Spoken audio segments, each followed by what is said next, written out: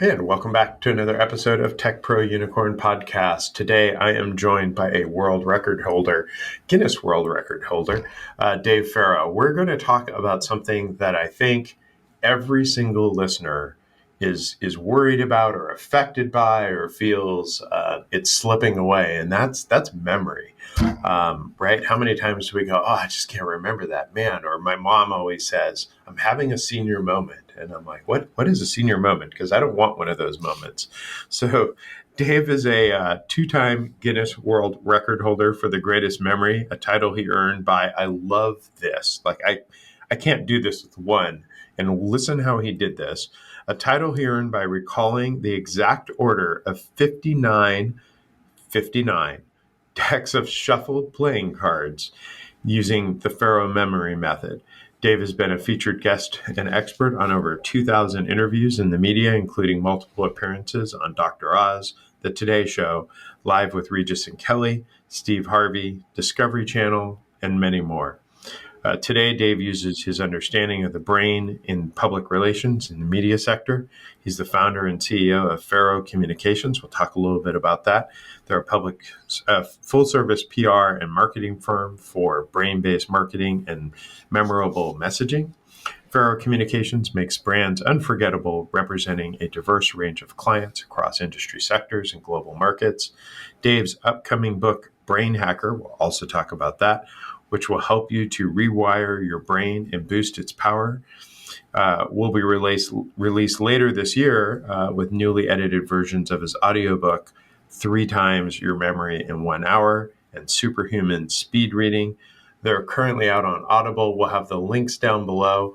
If you're following along at home, you can also follow along on Dave's other website, which is farrowmemory.com. That's FARROW memory.com. If you want to kind of get a picture of what, if you're listening and just listening to the audio and you want to see what Dave looks like, farrowmemory.com is a great way to do that. Dave, thanks for taking the time and joining us here on the podcast. Wow, this is great, man. Of all the interviews I've done, that's you got all the promotions right in the beginning. I appreciate it. Yeah, absolutely. There's a lot to unpack with you. You're like 59 decks of cards. Like I like to say I play blackjack well, and I do a little bit of card counting, and I try to pay attention to the deck, and I usually only try to play single, maybe double card decks. You must be banned from every casino in Vegas, right? Let's just talk about card counting for the rest of the podcast. Let's just do that. I'm like, that is crazy. 59 decks of cards using your memory method. So obviously you figured it out and yeah. So right off the bat, counting cards is actually 10 times easier than memorizing cards. So to memorize the cards, you actually remember the number and the suit, and you're only allowed 0.5% wrong. So out of 3,068 cards in my latest Guinness record, I got one mistake. Is deck number 17, card number 45. I actually was a half a mistake. I said it was the 7 of clubs when it was the 7 of spades. I think I should got a half point. But so a lot of people wonder, hey, how the heck is that even possible? Was I boring with this? Was I counting, I guess, matchsticks when they're dropped on the floor like Rain Man when I was a kid or something? But it's actually kind of necessity is the mother of invention. In my book, Brainhacker, I talk about how I was diagnosed with ADHD and dyslexia when I was a kid. Wow. And, ADD specifically it's a very interesting, I don't even want to call it a disorder. I actually want to release another book in the future calling it talking about the benefits of ADD, because there are a tremendous amount of skills that ADD people have that other people can't fathom. So I think the future is to try to see these things as challenges, but also try to find the good in it. And at the time, I'm in my 40s now. So when I was diagnosed with ADHD, it was the early stages. So I wasn't given medication because that was a real problematic thing. People were being over medicated and getting the wrong thing. It was ruining their lives. But I didn't really have much other help. The system really, like the teachers at the time, really didn't know what to do. In fact, a lot of times their instincts were to do the wrong thing. They think somebody's struggling with school, slow everything down, which is kind of torture for an ADD kid. You want to speed things up and make things a challenge. So I very quickly started figuring out my own way to approach things, even just like strategies of how to set my environment right to help me, focus better. And then I kind of dove into materials. I wanted to learn everything I can about how the brain worked. And I got into a lot of esoteric stuff, even like mentalism and hypnosis and all that stuff. But I dove really hard into memory techniques, and then started to come up with my own strategies and techniques, especially for ADD and focus. And that's what created the Farrow method. So it's all like, basically the system wasn't working for me and I had to do something, and I came upon something that worked for me. And by the time I graduated high school and turned my grades around and did really well, I thought, oh my God, I have this method here that worked really well for me, and it seems to work for other people. And that's when I wanted to kind of do this for a living. And thankfully there's tens of thousands, hundreds of thousands of people that were in the same boat, that were struggling in a similar way, and gave me a good career doing this. It's really cool because so many, right, our education system, and for all the teachers and educators out there, no offense, I'm not trying to be harsh on it, right, but the educational system hasn't really adapted, to the variety of students, the new world problems, right, the all the things that have modernized, that's affecting students. The education system still has the same model that they did literally almost 100 years ago. Well, we call it the factory model. Yeah. Right. That's why we have periods with a bell that goes on and off that mimics the Industrial Revolution and factories when you start a shift and end a shift. And what we know now about learning is that it's multidisciplinary. If you're trying to build a widget in a tech startup, you're using math along with physics, along with just HR, like interdisciplinary tools, and breaking them all up into these different streams tends to not prepare people for life. I could go on.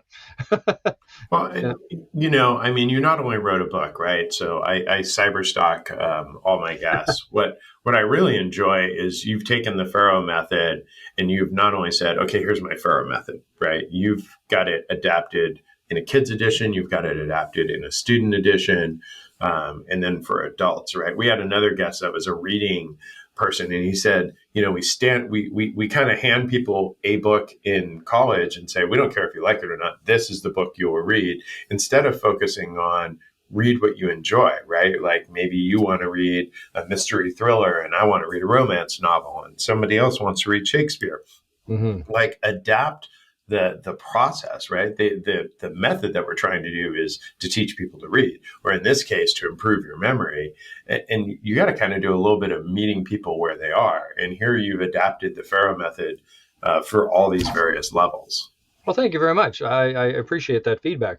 And also, you're absolutely right. The future, we don't know how we're going to adapt it into our current system, but educators worldwide are pretty clear on what the future of education should be. We don't know if it's going to be because of, that's up to government and everything. And yes, some people can say the unions get in the way and all that other stuff. But we know how the brain works well enough that project-based learning, which is similar to what you're talking about, and passion-based learning is key. So, ideally, there are some charter schools that do this really well, where at the beginning of the year, every student has a project. It's something that they want to do. Somebody wants to build a robot. Somebody else wants to, study climate change or whatever it is. And then in the process of that, you have to learn a bunch of stuff. You have to learn accounting for just about everything, right? At some point, you got to do math, for everything. So instead of like forcing someone to do math facts that are just kind of esoteric and have no basis in reality,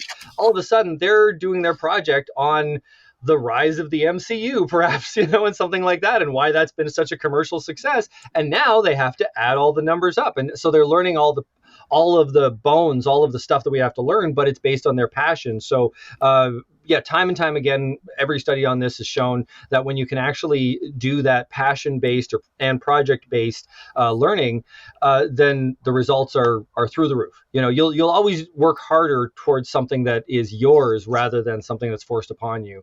The only thing is really we know that this can be done with technology, but we're just at the early stages of figuring out how. Silicon Valley, there's a lot of brilliant startups up there that are figuring it out. And I think in the next 10 years, you're going to see some really innovative stuff. But yeah, I try to bring what I have to the table to help people adapt to the system that might not be perfect for them, because you also have to adapt to the job market that might not be perfect for you, right? You're gonna go. I had this one conversation with a parent where they were talking about how, why aren't we like protesting and trying to make the education system, the best it can be? And I'm like, all that stuff is very good. But my big focus is empowering the individual so that you can learn anything in any environment, because let's say the education system was perfect. Your job market is never going to be, right? You're going to go into work and all of a sudden the boss is going to say, okay, you have to learn this new software program in a week or you're fired, right? Or you're, downsized or whatever. And you just have to learn it. And they won't have any tools on how to learn it, right? So empowering the individual to understand how their brain works, how their memory works, and how to actually, study long-term and catch up to things. I talk to people even who are like waiting tables that have to learn the menu, so this affects every single job. It's and I'm sure everybody's sitting here going like, what are some tips and techniques, right? And we'll get to this. Yeah, but the importance of having a great memory, right? When you're out in the whatever your career is, people always remember like the leaders that come by and go, "Hey, Dave, how are you today?" And they're like, "Oh my God, like, how do you know my name? How did you remember that? Like, I only met him like once 10 years ago." And we're so impressed by that. Or project managers, that remember all this detail. And you're like, I can't remember what I had for breakfast, right? Like, how do you remember all these details of these projects? And it's such just an awe-inspiring skill, right? That I think, and to me, what I'm learning really, and really the reason I really pursued Dave as a guest was it's fascinating to me, right? And I was like, wait a minute, I always thought you were born with it, like you said, right? You either have a great memory or you don't. And I never really paused to go, wait a minute, this is a skill I could learn and improve at. And I just never thought about it. And then you translate that to success in the business world, right? Those leaders that just remember, those leaders that know your name, those people, they're difference makers, right? They have an impact in the people who they are around. Well, and you'd be surprised how many times they've actually learned memory techniques. I mean, I wrote in one of my books coming up about Alexander the Great and how he learned memory techniques from Aristotle. Memory training was one of the earliest courses in the academy. And he used it to remember the names of everybody in his army and all sorts of details about them. Napoleon knew memory techniques and remembered every name of every person in his army, plus what he called the fire that lit their soul, which is what their goals are. Even moving up to modern day, Bill Clinton actually has used memory techniques and admitted to it one time. There was Chuck Norris, of all people, learned memory techniques. And anybody who scoffs at that, he made his living after his film career, made his living going around to martial arts academies and stuff and doing like workshops and seminars and being paid for that, did very, very well. And at the end of every one of his workshops, he would remember everybody's name, so he used it. So yeah, it really is powerful. But so let's get into actually how to do some of these things. Sweet. Sure. So the first principle that you have to understand is that the brain does operate on principle. It's not just garbage in, garbage out. It's not just try to remember something, hope and pray. There are actual decisions that your brain makes on what information it will remember and what information it won't. So think of some things like a song that gets in your head or an event, something you see online, and you'll never forget that event. It'll stick with you forever. And there's other times that you try and it won't. That's because there's certain things that information is doing that makes your brain pay attention to it. So I usually refer to this as the RAF, the reticular activating filter, or sometimes called reticular activating system. It's basically just in an area around the hippocampus. Neuroscientists believe that the brain gathers in all of the sensory data and basically makes a decision. It decides whether or not it's going to pay attention to that data. It's going to ignore it. I mean, I don't know if you ever had the experience where something happens crazy right beside you, but you're kind of focused on something, so you ignore it. That's your reticular activating filter making that decision. It's your hyper focusing, for example, or vice versa if you get distracted. So there are certain rules that this filter responds to. And the funny thing is, they seem really silly on their surface. So, the first one is visualization. If you see something, and it's not just people who are very visual. I want to make it clear that there are people who find it easier to visualize things, like meditate and things like that, and other people who struggle with this. But really, when I say the word visualization, it's because we don't have a word in our language that means using your senses to recreate a situation. So if I were to ask you, what your birthday was like, right? Everybody would either visualize it in some way. That doesn't mean they would use the visuals. They might smell the birthday cake, or they might, think of the sounds or something, or they might have a vague, really blurry image, but know how it felt. All that I'm just going to call visualization because there's no word for it. What do we call it? Sensualization? That sounds dirty, right? We can't do that. So using all your senses. So visualization is really important because it grounds our brain in the real world.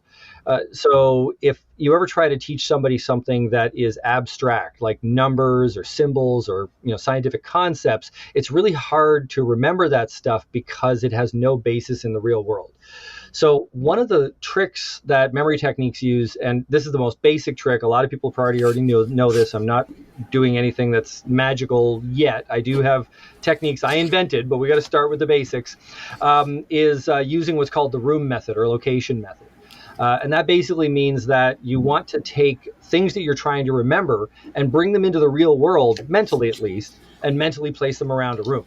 So a simple example would be if you have a to-do list or a grocery list or something, and you mentally take those items and place them around your car, for example, right? So, you could be listening to the wife or the hubby, and they say, four or five things that they have to have you pick up at the store. Instead of writing it down or putting it in your phone, try memorizing it with this simple method. Like if you have to get ice cream, I imagine the ice cream melting on the steering wheel, eggs, somebody threw eggs on the dashboard and it's like stinking up the place, I got to get frozen peas. Well, frozen peas are coming out of the glove compartment, and there's a pile of bags of chips or a giant bag of chips in the passenger seat. And what I'm doing is I'm just kind of mentally starting at the steering wheel, going around the car and just adding items. And as long as I visualize it clearly, my brain can remember them. Usually 40, 50 items is very common for people to be able to remember with this method. So actually, let's keep on going. Everybody visualize their car and visualize there's ice cream melting on the steering wheel. There's somebody threw eggs on the dashboard and they're cracking on the dashboard. And you got peas coming out of the glove compartment, and you got a big bag of chips on the passenger seat. Now you add a few grocery items. Let's get up to at least like 12 and see how people remember it. Oh, wow. Yeah. Give me an item. Cucumbers. We're always getting cucumbers. Cucumbers, okay. So right behind the passenger seat, you got that little pouch. You got tons of cucumbers sticking out of that pouch. Okay, and now we're kind of in the back seat. And I think of maybe the back seat window. What's the next item? Tortilla chips. Tortilla chips. So the window itself is made out of tortilla chips, and you got some kid that just cracked it with their elbow, and they're eating it with salsa. Salsa's the next item. Salsa's the next item. So you poured salsa all over the back seat in the right hand corner, back passenger seat right there. And I would add something maybe to the back window. Well, I'll add something. How about you got to pick up like a set of knives, right? You're out of knives. So imagine like you're like stabbing the back window, or you got a bunch of knives just stuck into the back of the car there. I don't know. This is violent picture works for me, I guess. What's the next item? Give me another grocery item. Let's do a favorite. Let's do root beer. We always have root beer in the house. Okay, so there's a giant bottle of root beer in the behind the driver. So I picture it behind me now in that passenger seat, but somebody put Mentos in it, and it's just spewing root beer all over the place, right? Because you got to make it crazy, right, to help you remember it. And one more for the driver's side back. Let's do turkey lunch meat.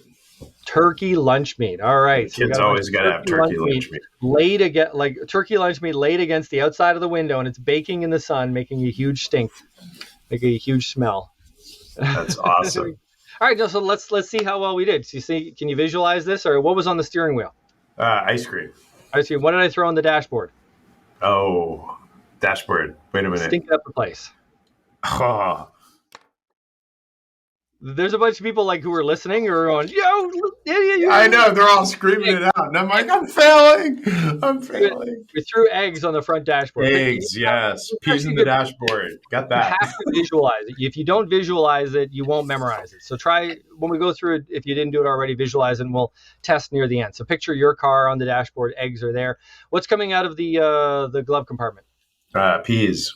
Peas. And then what's in the passenger side? Wow. I'm already on the tortilla chips on the window. Wow. Passenger side. What was it? Like, how do I? A big bag of chips. These were mine, Yes. so I didn't. So you might not have visualized them. So the Okay. giant bag of chips Okay. sitting in the passenger side. Dave's What giving was me a behind hall the pass passenger here. seat? He's making it okay for me to not know all this. That's fine. You're making everyone listening feel really good because they're remembering it. Yeah. What's behind the passenger seat? I Stuck into the pouch. don't remember. That it's crazy, right? Because I wasn't paying attention. I was like, I know you're running the show and everything. So yeah, I know. I'm totally distracted. All right, well, I'll go through it. It's the cucumbers, and then you're right. We got the tortilla chips in the window. What was beside the tortilla chips? The salsa, wasn't Salsa. That's right. What was in the back Yep. window? it? I'm still stuck on the visual of the knives, right? There you go. That's the knives. Yeah, that's it. Yeah. That's crazy. And then in the other passenger seat behind me. Oh, what did we do after knives? Yeah. It's making a big mess with Mentos. Oh, the root beer. The root beer. That's right. And then we got something laid against the window on the. It's amazing how you remember this. I'm like so impressed that you're like just like, come on, Michael. These are the We got things, the lucky. and I'm just like, Well, so but that's I know I put you on the spot, and I'm sorry about that. no, you're good. It's awesome. If you visualize it and you picture it in your car, then you'll remember it. And not only that, you'll remember it for weeks oftentimes. Your brain's capable of holding on to all this information. Think of like, a movie that you saw a week or two ago, right? I could ask you one scene and that'll remind you of the next scene, And because that's the way the brain works. It likes to tell these stories. So all we're doing is we're taking advantage of how the brain actually works. Now this has happened before. You're running the show and everything. So I didn't tell you I was going to put you on the spot. So you didn't visualize it. It's all right. But if you visualized it now, maybe we'll remember it later on and we'll do another test. But I guarantee you there's some people who are listening, following along. If you visualized it, then you'd be surprised you'll remember all of them. You do it forwards and backwards. And it's a really good exercise because it's something that comes up almost daily and it trains your brain. Just doing something like that every day can cut your risk for Alzheimer's by as much as half. According to, there was this Journal of the American Medical Association, there was a study of about 2,000 people over age 55, and just mild brain training, trying to remember lists of new things, cut their chances and risk for Alzheimer's by more than half. So brain training makes a big difference. Even just making silly pictures of ice cream melting on a steering wheel, That's so good. I mean, it's a process, right? Like people aren't gonna. It's so funny, right? Because there was somebody gave me this. It was more of a joke, but I actually took them. There was this pill, right, called Focus Factor, and they were like, "Oh, if you take this pill, it improves your brain competence and it's all chemicals and stuff." And I was like, I'm not buying it, right? And I took it and literally nothing happened. I was like, okay, this is dumb. But part of that's because the ADHD, right? You're constantly just like shiny object. Oh, that, this, that, this, that. And if you stop and I took a course in presence therapy, right? If you're present and you stop your brain and say, stop, just stop all the noise, pay attention here. And you do this visualization that you're talking about, it's kind of amazing. Like you just have to be in control versus out of control, just kind of recklessly driving down the street. Yeah. Well, and that just shows that anybody can train their brain, in anything. So whatever you do consistently, your habits really help to shape you. And you can train your brain out of a lot of the symptoms of ADD, although I stop short of saying you can cure yourself. I don't want to make that claim because it's very, very different. But I can tell you that my symptoms have gone down tremendously. In fact, a lot of the drawbacks, there's actually reciprocal benefits. Like I'll give you one example for ADD. There's something called hyperfocus. So ADD people are able to hyper focus. And if anybody has a kid with ADD and they're watching TV, you know exactly what I'm talking about. You can say their name, Tom, Tom, Tom, Tom. You got to wave something in front of their face before they like snap out of it and go, what, right? And that's so they can hyper focus. So the ADD person, the idea of attention deficit is almost like mislabeled. It's a difference in how they pay attention.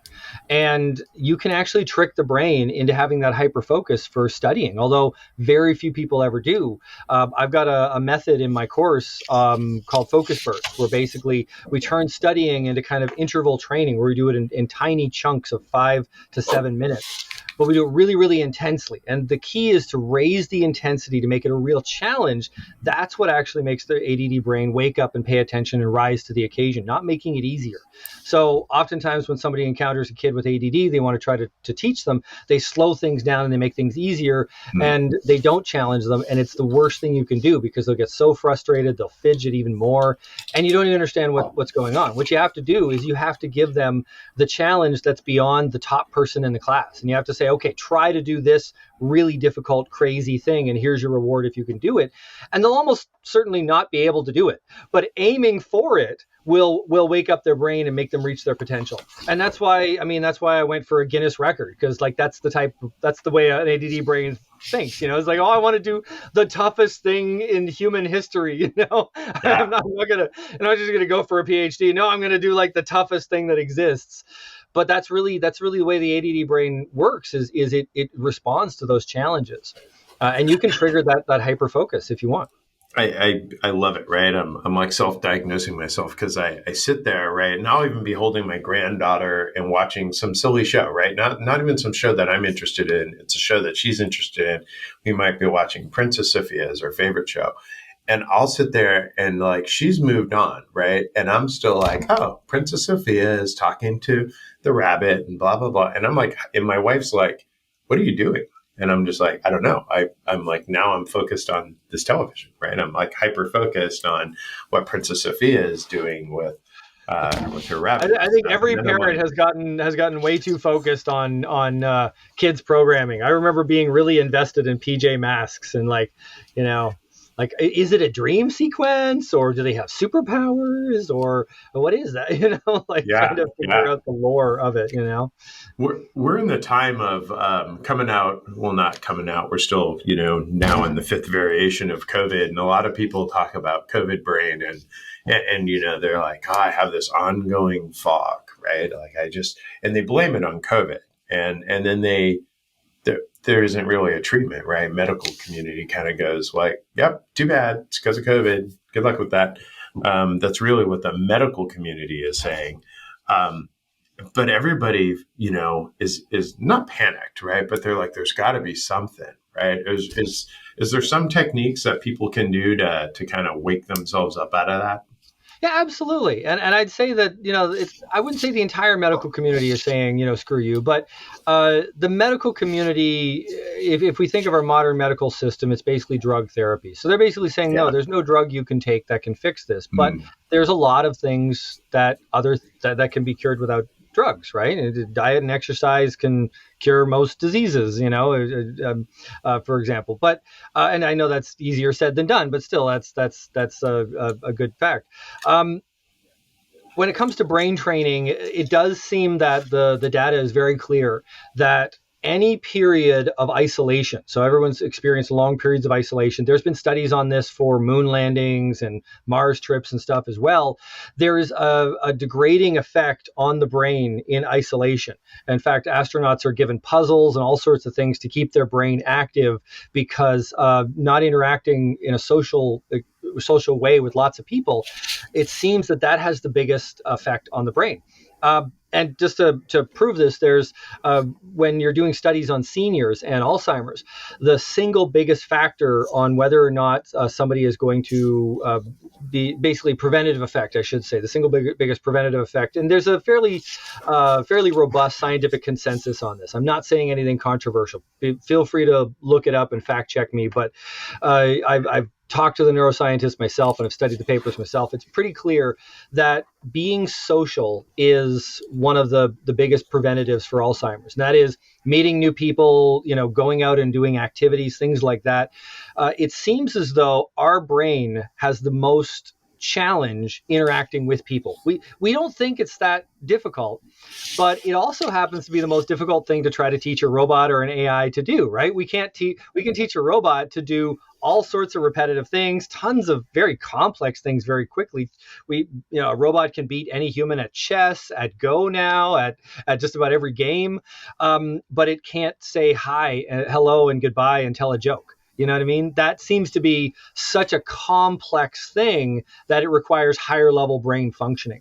And if we think of social interaction as the most difficult mental task, then everything makes sense. And we don't usually think of it as that. We think of that as a break, but that's because our brains are really good at socially interacting. In fact, we need it or our brains start to atrophy. So anyways, long story short, COVID got rid of the social interaction. Even if there's distancing, even if there's Zoom, it's a completely different landscape. And spending a lot of time alone, you're going to get an atrophy of the brain. One of the best ways to fight this, obviously, is to get out there and be social again. If you want more brain training activities, just about any mental task that is beyond your comfort zone will help bring your brain back. So some of the most popular ones are just brushing your teeth with the opposite hand. It's something that people don't know how to. I'm left-handed. Wow. Try to do it with your right hand. You're challenging your brain to do something it hasn't done before. Trying to stand on one foot for a long period of time, learning how to balance. People do that during commercial breaks, and that can get your brain more active. Learning to juggle or play the yo-yo, something tactile that's physical like that.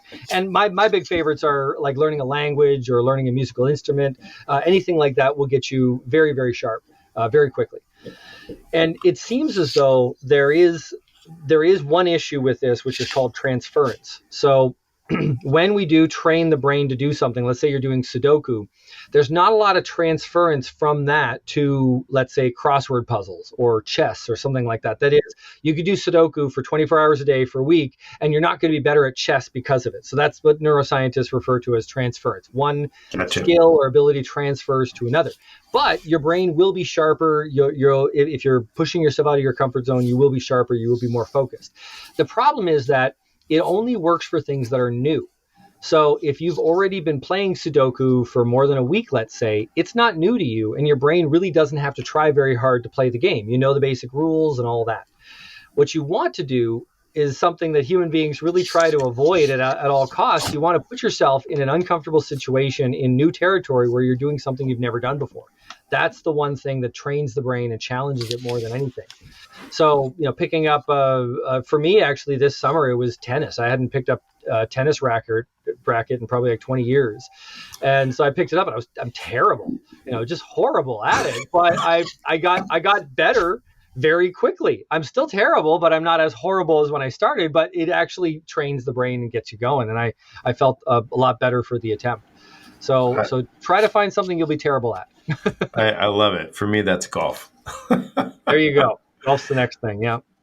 We talked a little bit about, pills and medications and such, as just kind of the response to stuff. But people always are focused on food, right? Clean eating, and I want to eat better and such. And a lot of times that's, for physical appearance, right? They want to lose weight. They want to feel more energized and such. And there's all kinds of new stuff coming out. I just ordered mud water, which has mushrooms as a coffee alternative. I want to cut my caffeine down, but I still want some brown liquid in the morning. So I'm interested in that. There's foods that have an effect on your brain as well, isn't there? Yeah, well, basically anything that helps your body helps your brain. Essentially the things you should probably focus on what to avoid. Sugar seems to be the thing that you really have to have in moderation. We now know there's detrimental effects on the brain with high sugar consumption. Some people are even referring to Alzheimer's as type 3 diabetes. to be, but not Wow. technically, but more as a nickname. And what it appears to be is that sugar does more than just make you fat. It affects your hormones, your endocrine system, and one of the other things it does is affects your biome, the little bacteria inside your body. Completely throws that out of balance. The bacteria that like to eat sugar, they kind of dominate, and then that hurts your digestion. Well, it turns out that that little biome gets all throughout your body, even in your brain. And if you have enough of that problem, one of the going theories for Alzheimer's is that the plaques and tangles that are created by Alzheimer's are actually your brain's attempt to try to cleanse or clear out different microbes from your brain. So it's absolutely fascinating how there's this kind of knock-on effect of things. Sugar also leads to a lot of inflammation, and inflammation is what we now know is one of the biggest causes for things like heart disease. So we used to blame cholesterol, but cholesterol, that's kind of like blaming the bandage for the cut on your finger. Cholesterol is your body's attempt to deal with the inflammation, but it's the inflammation itself that's causing the problem. So one of the things that works really well, though, is intermittent fasting. It's had tremendous effects on the brain. People talk about its effects on the body so much they don't realize that the power on the brain is so great. I mean, one of the best ways to think of this is I like to say that the brain is the most greedy organ. So, if you're choking, for example, right, and you start to lose oxygen, your brain is the first that feels it. You start to feel lightheaded and you start to pass out. And that's because your brain needs more oxygen than anything else.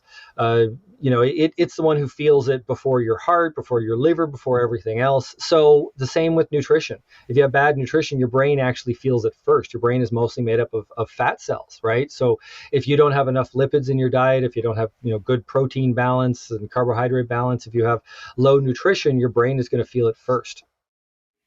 Wow.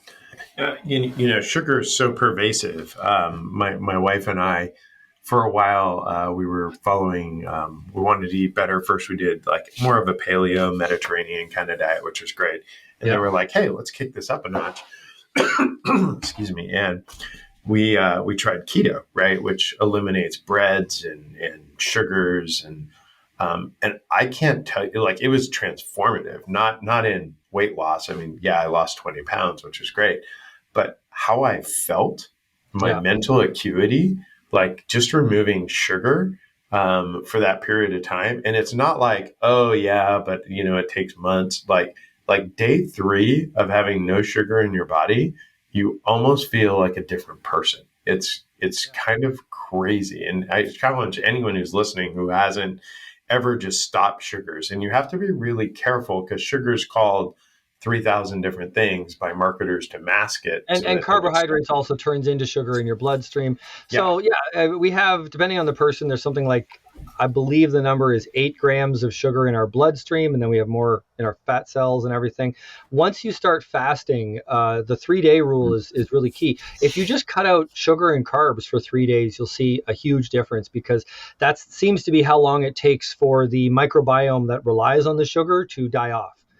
And that's really key, because the microbiome, the little creepy crawlies in there, I don't know a funner way to call them, the bacteria in your gut that consume the sugar, usually in the lower intestine, the ones that consume the sugar, they also excrete a compound that gives you higher cravings for sugar.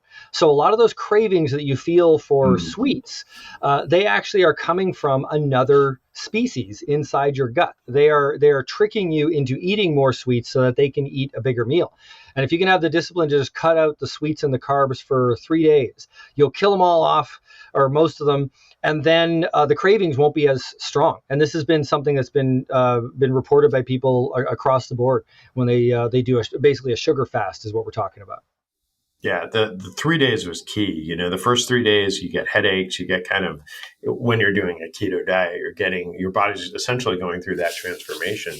But after 3 days, you're like, this is amazing, right? So you just got to have that willpower, I feel, for like 3 days to push. Well, I mean, it helps if you drink a lot of fluids. I have a whole bunch of tea and coffee every morning, and it helps. I try to avoid artificial sweeteners, like try to just go clean, but just go heavier on the protein or something. There are some delicious things. Bacon is delicious. Like, have some other things that you really like while you're cutting out the sugar, and it's easier to move on. I love it. That's going to be the title of this podcast. Bacon is delicious by Bacon Dave is Farrow. delicious. From the memory expert.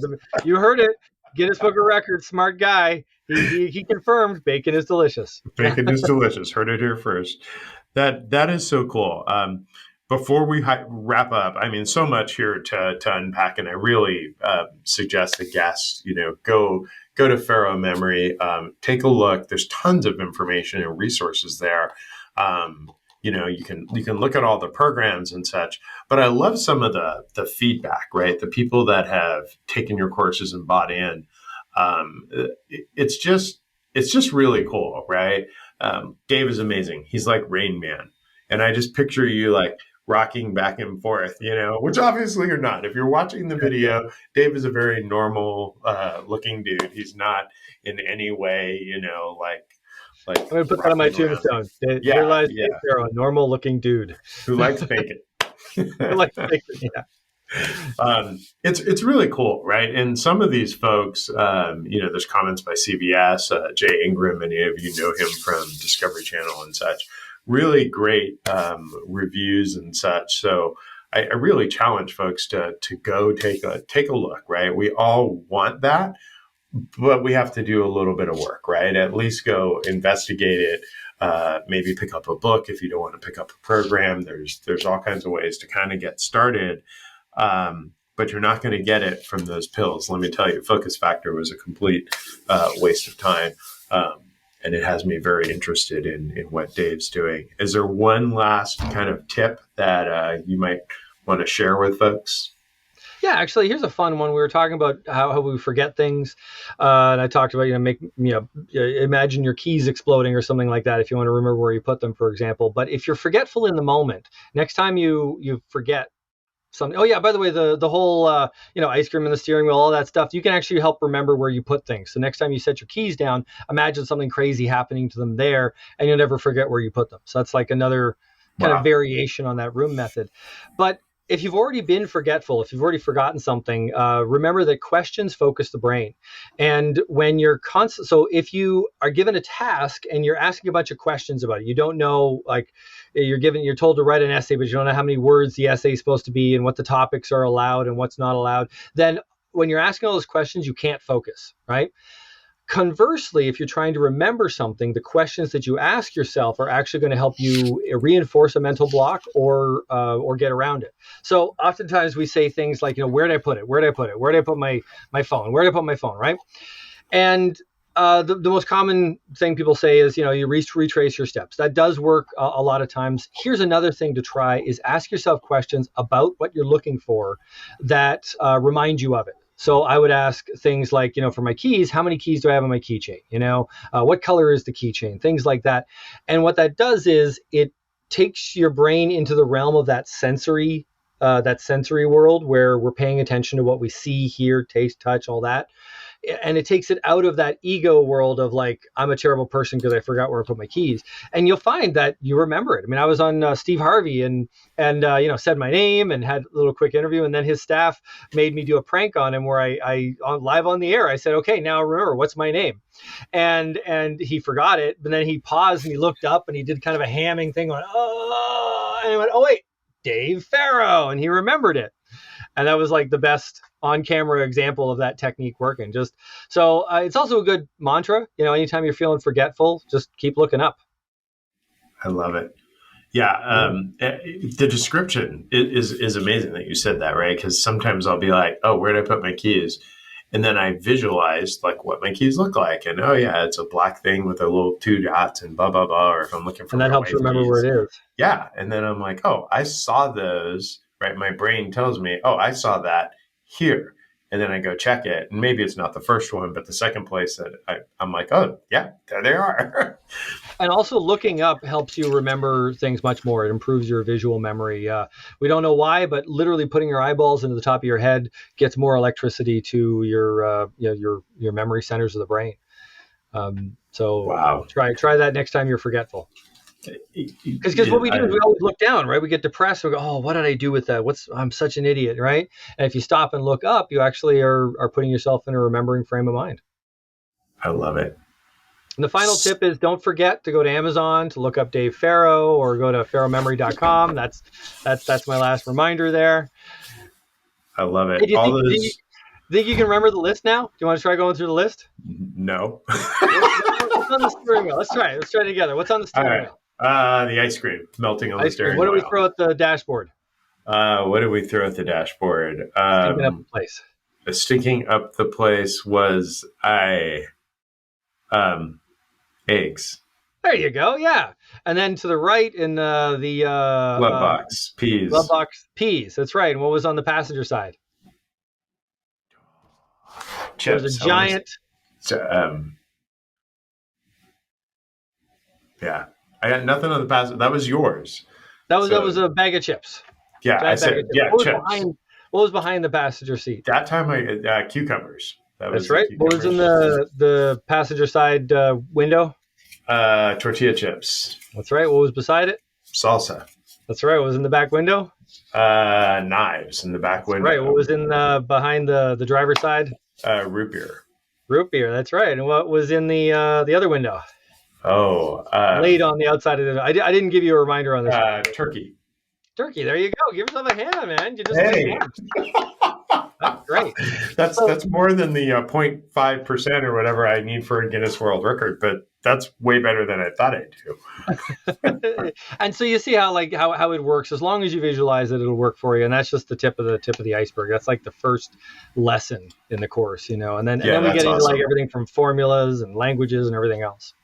I mean, when I look at it, right, my head goes to, you said like learning a language, right? When I look at what you have out on Farrow Memory, my head goes to like Rosetta Stone, right? Like a very similar kind of product. Both from an investment perspective, the amount of time that I think I would probably need to put into it and such, right? Like it's not something like, oh, I'm going to listen to Dave's episode, I'm going to buy this and it's going to be like 30 minutes and I'm suddenly going to be able to go challenge Dave for a Guinness Book of World Records. It's a process, right? How long does it take to go through? Let's just say the professional one for the adult listeners.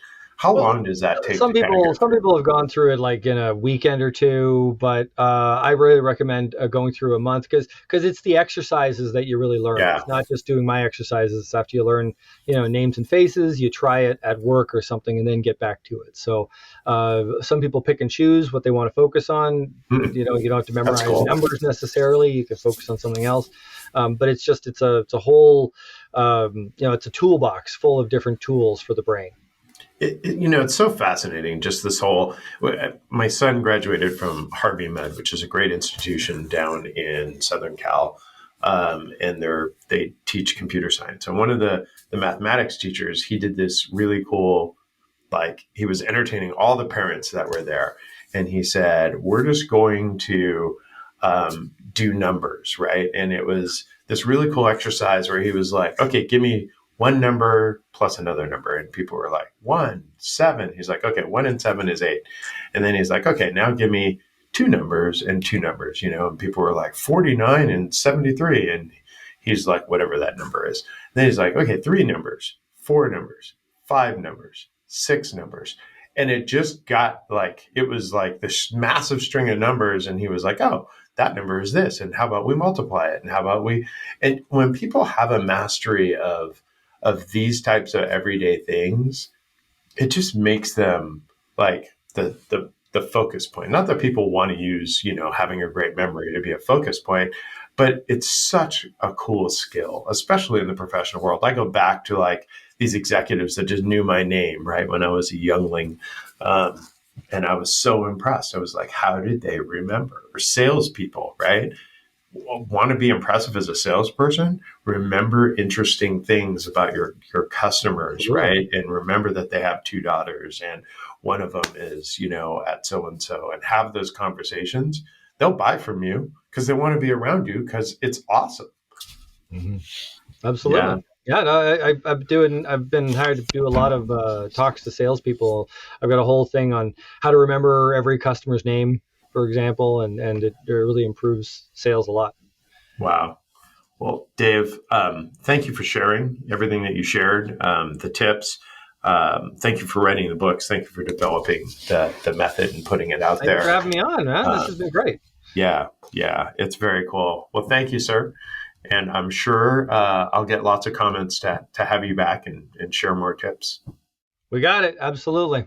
When Brainhacker comes out too, we'll let people know. Awesome.